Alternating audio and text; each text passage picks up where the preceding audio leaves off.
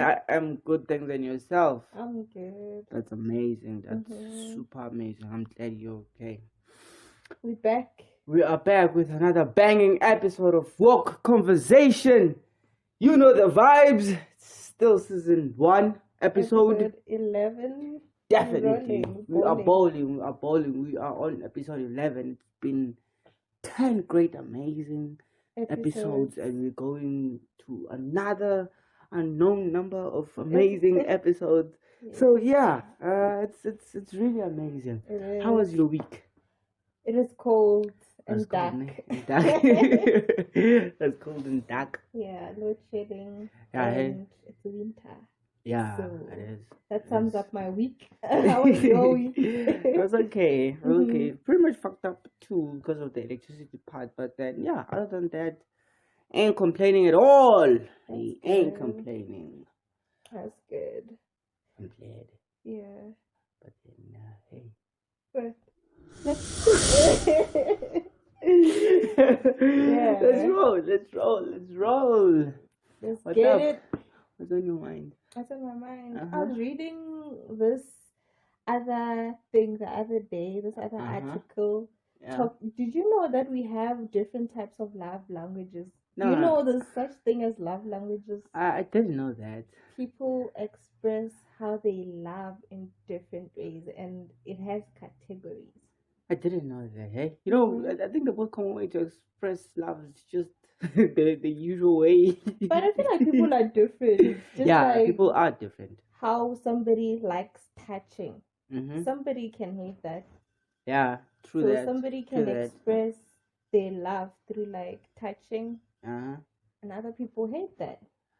Oh, so tell me more about this. Tell me more about this love languages. What really is it, eh?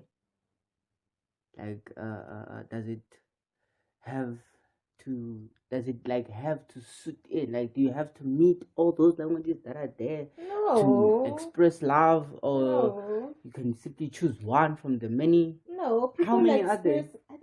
I don't know. It differs. There's 5 and then there's 8 or whatever. I don't really know. Yeah. But yeah, people love in different ways, and you can express how you love in a lot of ways. So yeah.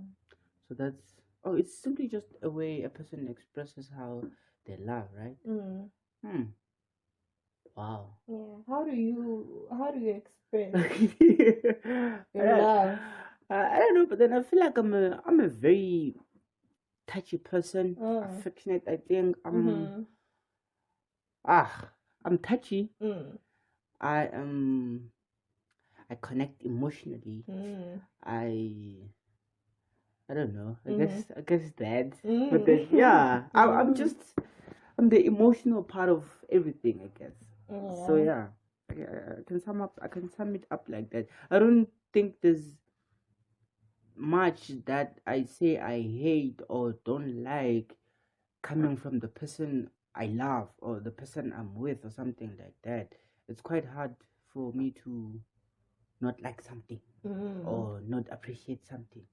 So you love.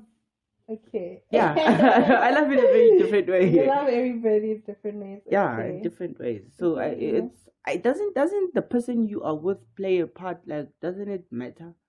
I mean, like, doesn't it goes about how that person you are with expresses their love too? Yeah, obviously you with that person because you liked how they express themselves or how they express how they love you. You wouldn't be with them in the first place if you didn't like how they express their love. So. True that. So yeah, you have to appreciate your partner in every way because you chose them for a reason, right? Yeah. True that. So does it work only with partnership or not really? Yeah, not really, because love does not really go about. I am thinking about it in a way of like relationships, romantic type of vibes. Romantically. Yeah. You know the vibe. I feel like I'm also a touchy person. But then I also express my love through acts of service. I like doing things. Oh yeah. To show that I like to be helpful. Oh yeah, I guess we also share that. Yeah, we share that because I'm the helping hand. Yeah, that type. That type. Good. That type. But then it's crazy how with this love thing, I think if maybe we had a way to determine if it's genuine or not. Because as much as you can, people are lying to yeah, to people us. are lying to each other in like every day. So I think it would be better if there was something like that, because there's a lot of love that's not real, and eventually people get to be abusive in a relationship, forgetting that they are there in the name of love. They get to do a lot of things. A lot of things can happen in relationships. I mean, mostly if women the are love is not genuine. Women are abused almost each and every day, like and shit. But then I think men too are abused. There are women who abuse men. I feel like women abuse men more verbally. I can say. Verbally isn't like saying insulting things and hurtful things. That's also a form of abuse. Like, is it verbal abuse? Verbal abuse. So physical abuse from what they're saying. Didn't know this one. That's also a form of abuse. I see. Yeah, like talking down on a person. Oh yeah. Talking down on your partner or whoever you're involved with or whoever you have relations with. That's also abusing them, because that's you abusing them emotionally by your words. I hear you. I hear you. But then people should always keep it genuine, keep it real, love each other and care for each other. And even if there were a million ways to show affection or love, if you really love a person, you should excel in each and every way. You know. But at the end of the day, we're humans. Yeah. And we have our flaws. That's not an excuse, hey? Be direct with your flaw. This is my flaw. This is what I'm doing. Okay, there's love, but it's not genuine right now. It might be. It brings about one of the off-record conversations we once had about people just getting together for the making out. Not. Oh yeah. If people were able to make that a normal thing, normalize it, maybe it would be an easier approach. It is a normal thing. A lot of people in the black community. Yeah. In the black community. People are having one night stands. People are living it out there. But yeah, I feel like if you're not ready to be committed to a person, or you feel like you're not a person who can be fully committed to a person, like have that type of relationship. They call it what? Situationship. Yeah. You just get into a situation. There it goes. But then, talking about love, there's also this.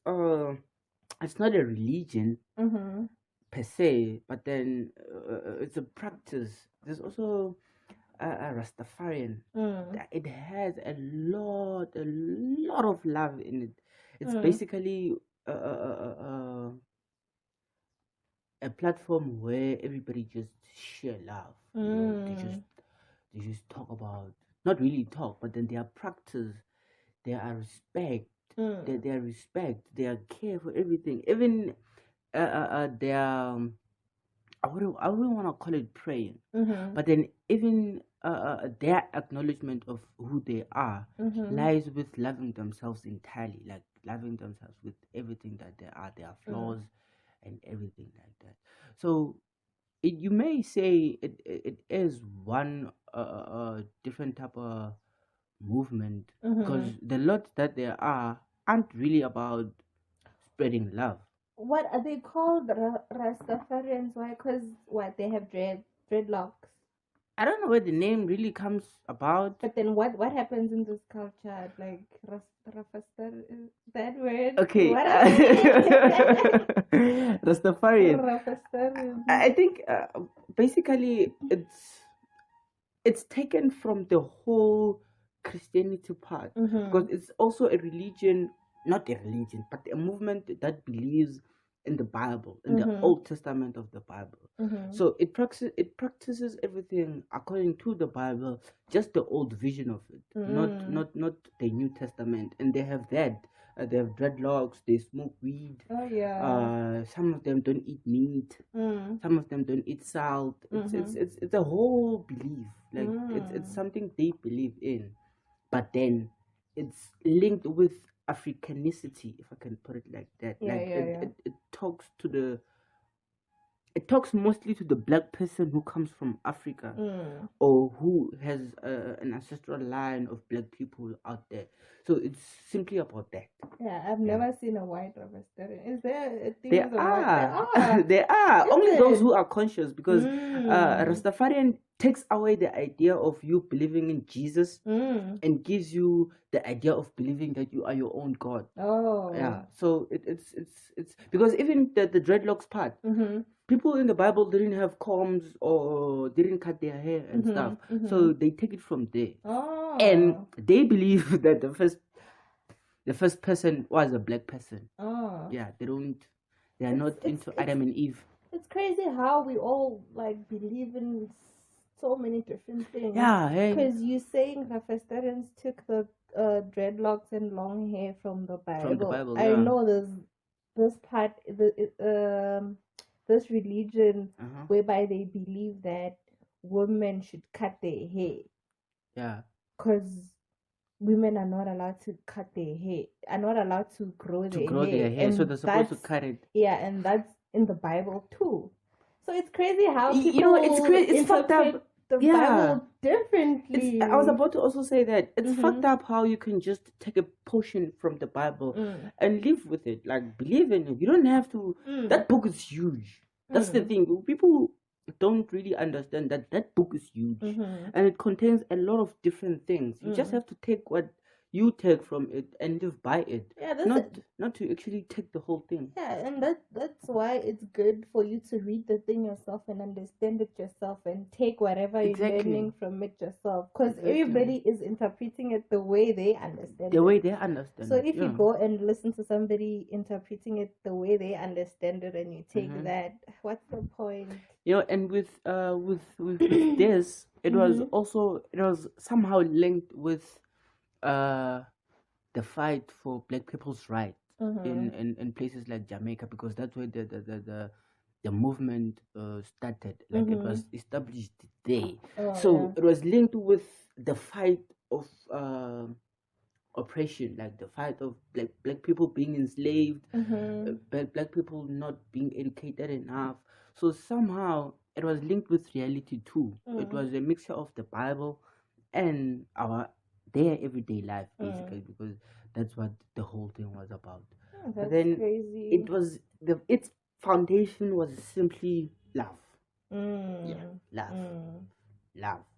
Those people. I hear their music, like their music. Yeah, their music. More about love, a lot about love. Their music too. Yeah, it's all about that. It's all about love. How to being love. High. Yeah, being high too.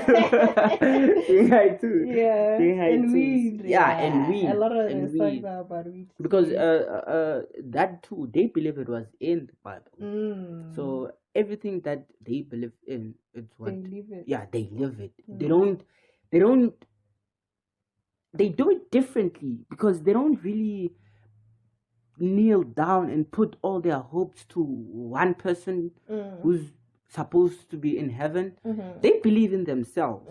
So even if with the weed part, they believe weed is something that gives them strength. That's their prayer. As much as Christianity or Christians kneel down and pray to God, they feel Jesus. Yeah, they just smoke a joint and like have wisdom, have the strength and everything that they want. So that's crazy. Sangomas like also have dreadlocks. What yes, that. And the thing with linking to your ancestors, it's believed that the first lineage of black ancestors were all dreaded people. Like they were all dreaded. They all had dreadlocks, and you can only connect with Sangomas. You can only connect with your ancestors if you have dreadlocks. Yeah, you can never be able to connect with them without dreadlocks, because it is believed that the power that God has, it's brought down to your ancestors, right? Okay. And your ancestors connect to you. Okay. That's how I would say the Sangoma part and the Rastafarian part believe in the whole God and ancestral part. So they believe that there's a link between God and the ancestors that comes to you via that. So you have, if you want to connect to your ancestors, you go see a Sangoma. That's how you connect to your ancestors. Yeah, that's how you. So you need a middleman. Yeah, you need a middleman. But then I don't think you need a middleman per se, because you can connect to your ancestors. You can have your own ritual that you call out your ancestors. Oh yeah. It's in how they recognize you that matters. It's if your ritual is recognized, because even with the Sangoma thing, your ancestors just talk to you through that Sangoma because they recognize the power of that Sangoma. So yeah. Even if that Sangoma has power, because from the stories I see and the shows I see, like apparently your ancestors can even futela you, like turn their backs on you. So even if you go to a Sangoma, they might still, no matter how powerful the Sangoma is, they might still be like, no. But then I think it's if you wanna, like, if you want help, that Sangoma will know that they've turned your backs on you. That's what he or she will tell you. But then obviously if you want them to look at you again or look up on you again, there's obviously something that you must have to do to please them. So the power of the Sangoma doesn't really change how the ancestors behave or how they act. The Sangoma is just an interpreter. Just so like other beliefs, whereby religiously they can say a prophet is the middleman. Between you and God. It's like that. It's like that. In other religions, too, a medium is connects you to the dead, your dead relatives and stuff like that. Exactly. But then with this Sangoma thing, you know what I don't get? It's how it's treated lately. Oh yeah. Like you have young people who are who are in the initiation to be. And I think they're just looking at the fashion. It's a trend. Everybody's doing it. Kids are doing it like it's a trend. And I think that's what takes the seriousness out of it. Kids, like nowadays, people just go out and seeking things. You know, there was once a story I told you about a family that had their kids having young kids. Oh yeah. There's also a kid that's practicing Sangoma in that same family. And obviously that's a lot. Okay. And obviously, if you wanna go into the initiations of this Sangoma thing, you drop out of school, so you can't mix the two. So imagine if we have kids. What happens? Why can't you go to school? Cause what? You have your things in school there, and apparently if like when you are now in the process of initiating to be a Sangoma, you can't wear shoes. You have to have that bile on your head. Bile. Is it a bile? I don't know what it is, but then something like that on the back of your head. You have to dye your hair red and stuff like that. So with that clay, right? Is it with clay. With clay. So with that, with school, I don't think it goes hand in hand. It goes hand in hand. But then kids shouldn't be allowed to it should have some sort of an age restriction or something like that. But then hey, it's crazy. It's crazy because it's line. It's how maybe one of your dead relatives wants to come back. More like incarnation. Then there's two people living in one body.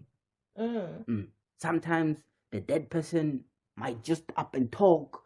You know, the one I still wonder to this day, like, how does that happen? Because even religiously, like we see it at church. Yeah. Like the demon and the people who are possessed talking, and I'm like, shit. Like, how does that happen? Like, how does that happen? Another person in you wants to speak. That's crazy to me, but it's really crazy. But then I guess it's natural powers. I believe in natural powers. You know, I believe in natural powers for real, like super. on the verge of being crazy naturally. Oh yeah. So if that but it is funny. Like it is funny how a person can go from. It's not funny. It is. Okay. I'm telling you, it is. It is funny from. Like a person can go from being sane right now to insane naturally. It's natural powers. I believe so much in natural powers. What I don't believe in, it's using those powers for bad purposes, or old ancestors who want to come back through kids. Oh yeah. I don't think that's the case. If kids are sick, they should be taken to the doctors or even Sangomas who can consult. But then to now say you are sick because you have ancestral calling, because that's how they determine it. If maybe you're starting to get sick, you're not well, your things aren't going, and all of that, that could be the sign of a person having an ancestral calling. But then kids shouldn't be involved in that. Kids shouldn't be involved. That's crazy, hey? Yeah. That's crazy.